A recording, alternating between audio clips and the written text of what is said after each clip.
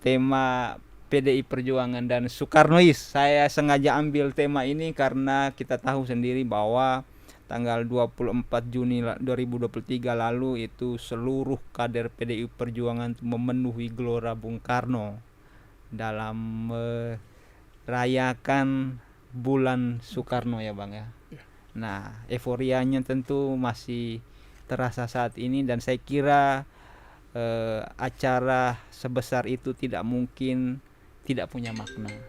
Tentu saja setelah acara itu kader-kader PDIP yang kembali ke daerah pasti akan dititipkan pesan oleh ketua umum dan bagaimana kedepannya arah PDI Perjuangan dan Soekarnois kedepannya seperti apa. Oke, Tribuners, saya mau mulai obrolan ini dengan Bang Sahat Siantur. Bang, abang masuk PDIP sejak kapan? Terima kasih. Saya masuk PDIP mulai tahun 97.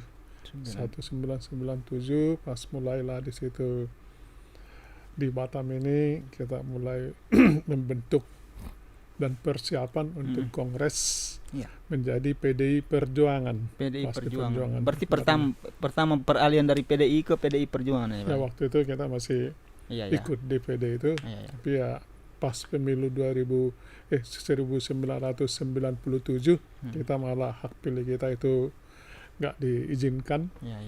Maka persiapanlah untuk kongres menjadi PDI Perjuangan di Bali. Bang, saya boleh tahu apa alasan mendasar abang akhirnya memilih PDI Perjuangan di tengah begitu banyak partai dengan tawaran masing-masing ya Bang Sahat ya. Oke. Terima kasih. PDI itu adalah gabungan dari beberapa partai. Di sana ada Parkindo, PNI, Parhanis. Jadi ya kami besar di Parkindo. Parkindo Bang. Ya, jadi begitu gabung mulai tahun 77 di PUSI, ya umumnya yang PNI dan Parkindo itu partai Katolik juga. Ya masuk ke PDI dan sekarang menjadi PDI Perjuangan. Dan setelah kita ini ya memang betul-betul yang nasionalis memperjuangkan hak-hak kita selaku nasional. Itu membuat kita ini. Bang, apakah memang waktu itu abang di Parkindo ya Bang ya? Saya masih kecil, tapi orang tua saya Parkindo itu kan 77. Saya baru umur berapa itu. Oke. Apakah abang akhirnya ikut bergabung dengan PDIP itu karena memang partai yang orang tua dulu bergabung itu memang secara otomatis bergabung, atau abang punya ketertarikan sendiri pada sosok tertentu atau ajaran tertentu akhirnya membuat abang untuk tidak hanya sekedar ikut-ikut, tetapi ya ini keputusan saya dengan pertimbangan secara dewasa dalam berpolitik gitu loh Bang. Di samping memang waktu kita kecil tadi itu sudah mengikuti tentang Parkindo tadi ya, dan setelah kita dewasa dan besar di perantauan ini, memang pilihan saya PDI atau PDI Perjuangan yang sekarang itulah memang yang pas untuk tempat saya berlabuh, berjuang untuk bisa mengaspirasikan aspirasi masyarakat. Sampai sekarang masih tetap di PDI Perjuangan ya Bang? Maksudnya bisa saja kan ada yang loncat ke sana balik lagi ke sini kan Bang, bisa jadi kan? Sedikit pun tidak ada pemikiran untuk meloncat apapun kejadiannya, karena menurut saya PDI Perjuangan lah memang yang betul-betul bisa mengakomodir dan yang betul menurut kami yang nasionalis lah. Banyak partai nasionalis tapi ya sebentar-sebentar berubah dan gak konsisten di mana nasionalisnya. Mungkin gak perlu saya sebutkan partainya, tapi kita bisa menilai.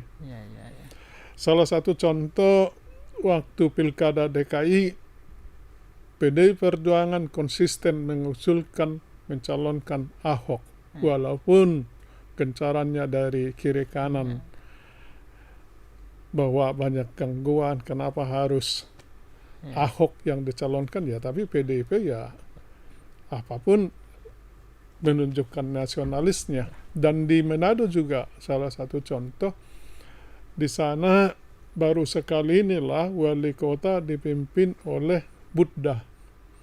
Itu dicalonkan oleh PDIP. Ibu Mega itu tidak khawatir dihujat oleh kiri kanan tentang kadernya yang akan dicalonkan. Ini salah satu bukti juga buat kita semuanya bahwa kita konsisten untuk pencalonannya. Kalau menang waktu itu tentang Ahok, walaupun memang seperti itu dipakai menjadi agama dan lain-lainnya untuk ini, ya Ibu Mega yang sudah dicalonkan, ya itu. Luar biasa. Baik Bang Sahat, saya ke Bang Bur dulu. Bang Bur, setelah pensiun dari ASN langsung terjun ke dunia politik, dan partai pertama yang menjadi labuan adalah PDI Perjuangan. Apa pertimbangannya? Apakah ada figur tertentu yang akhirnya mendorong Abang memberi laluan, atau memang ada faktor lain yang membuat Bang Bur akhirnya memilih PDI Perjuangan? Ya. Terima kasih Tom.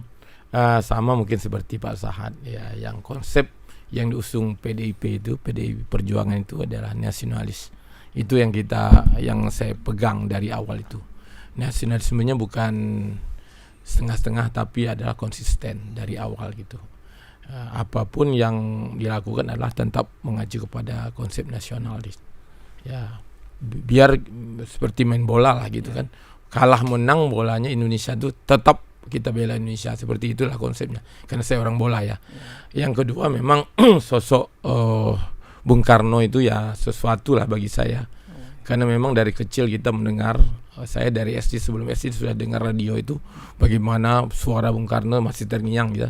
Ya, pidato tiap pagi gimana tahun-tahun 60-an itu, saat-saat mulai kemerdekaan. Saya lahir tahun 62. Tapi setelah menjelang tahun setelah itu kan kita dengar tahun 65, 66 bagaimana menggebunya pidato-pidato dari beliau. Dan saya sudah melihat waktu SD itu yang namanya buku Bung Karno di bawah bendera revolusi itu. Saya sudah pegang itu karena kebetulan paman saya dan bapak saya pegang itu semua. Jadi walaupun saya itu belum membaca apa itu di bawah bendera revolusi, itu karangan Bung Karno. Jadi saya sudah dari awal sudah tertarik dengan pemikiran beliau dan kata-kata bijak, kata-kata mutiara yang dilontarkan beliau, nasionalis beliau. Banyak saya kutip itu, seperti trilogi, seperti berikan aku 1000 orang tua dan lain-lain. Jadi kita cerita lebih lanjut lah gitu. Apa saja kata-kata yang memacu kita dengan semangat Bung Karno. Belum ada apa-apa waktu itu kan. Ya, kan waktu itu kan belum ada sumber daya alam yang kuat, yang besar, tapi semangat itu. Bung Karno lah yang membawa Indonesia dengan semangatnya menuju Indonesia yang lebih maju gitu. Oke, kenapa lebih memilih partai nasionalis, Bang? Karena itu idealis banget, tapi soal masyarakat ini kan, khususnya masyarakat kita saat ini, bahwa itu tidak semuanya itu menyukai idealis. Mereka lebih pragmatis, pragmatis. Nah, itulah tantangan terbesar juga terhadap kader-kader baru seperti Abang. Kenapa tetap mau memilih nasionalis yang notabene-nya sangat idealis? Ya, saya ini bergerak di mana-mana saja. Bisa masuk di mana saja. Di seniman, di olahragawan, di golongan agama. Saya pengurus banyak. Saya lebih kurang 50 pengurus, apakah itu di bidang agama, di bidang kebudayaan, seni, olahraga. Saya masuk semua. Yang mungkin belum saya masuk adalah Kadin mungkin. Karena belum pandai berbisnis, nanti belajar sama Pak Sahat lah. Tapi organisasi sosial, keagamaan, organisasi olahraga, seni, musik macam-macam saya masuk. Jadi disitulah mungkin memupuk jiwa saya. Kita harus berada di mana-mana. Dan teman saya itu tidak terbatas dari kebetulan saya Melayu ya, Riau. Teman-teman saya juga Melayu Kepulauan Riau, orang suku-suku lain juga. Jadi saya tidak memilih. Boleh diperhatikan setiap hari dengan siapa saya berteman. Dengan orang Sumbar, dengan orang Sumut, saya enteng-enteng saja. Karena waktu di S1 juga saya di asrama dengan 34 provinsi. Waktu itu kan ada 34 provinsi, sekarang 38 di IP, Institut Pemerintah Jakarta. Jadi biasa aja. gitu. Dengan kakak-kakak Papua, dengan Maluku, dengan Sulawesi, anak-anak Sulawesi saya biasa gitu. Jadi terbiasa digodok selama 3 tahun. Jadi bertambah meyakinkan saya bahwa kita harus berdiri di atas landasan nasionalisme seperti itu. Oke, Bang Bur, setelah akhirnya memilih PDI Perjuangan dan menjalani politik itu dan dengan konsep nasionalis, apakah kawan-kawan yang selama ini begitu berbaur dengan Abang itu masih berbaur atau semakin banyak kawan atau ada yang mulai menarik diri? Saya menyadari, jadi sebelum saya masuk bukan di partai PDIP aja ya, teman-teman yang masuk di partai lain juga begitu. Rasakan yang dulu temannya dari berbagai segmen, ya begitu masuk partai, ya sedikit banyaknya ada yang menarik diri lah. Ada yang diam-diam, ada yang terang-terangan menghujat, ada yang dukung. Saya salut, ada beberapa yang dukung. Teman-temannya saya bagaimana tahu saya pilihan saya itu mereka dukungnya itu.